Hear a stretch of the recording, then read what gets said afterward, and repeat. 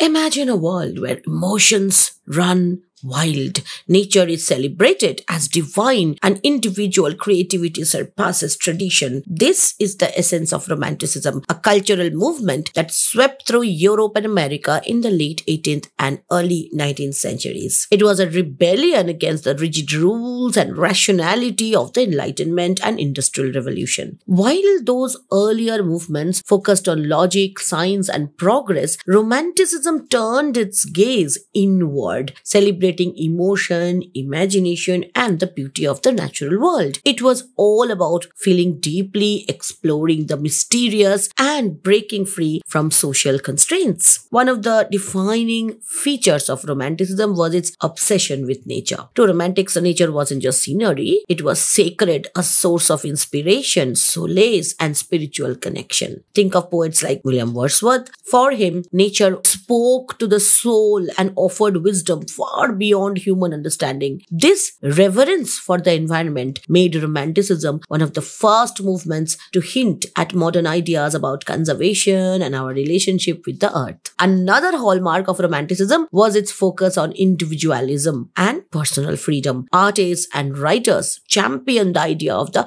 heroic artist, a bold, visionary figure unafraid to defy convention. Take Lord Byron, whose larger-than-life persona and adventurous poetry earned him fame as the quintessential Byronic hero. But Romanticism also embraced the darker side of life. The movement explored themes of melancholy, longing, and even terror, often through the lens of the sublime, like standing at the edge of a cliff or gazing into an endless night sky. Mary Shelley's Frankenstein explores humanity's hubris and the dangers of unchecked ambition. Its influence can be seen everywhere, from the environmental movement to modern art and music. Songs, films, and books that celebrate raw emotion, untamed landscapes, or rebellious characters owe a debt to the Romantics. How can you spot Romanticism in action? Look for works that prioritize passion over reason, glorify nature, or challenge authority. For instance, Caspar David Friedrich's painting, Wanderer Above the Sea of Fog, captures the romantic spirit perfectly.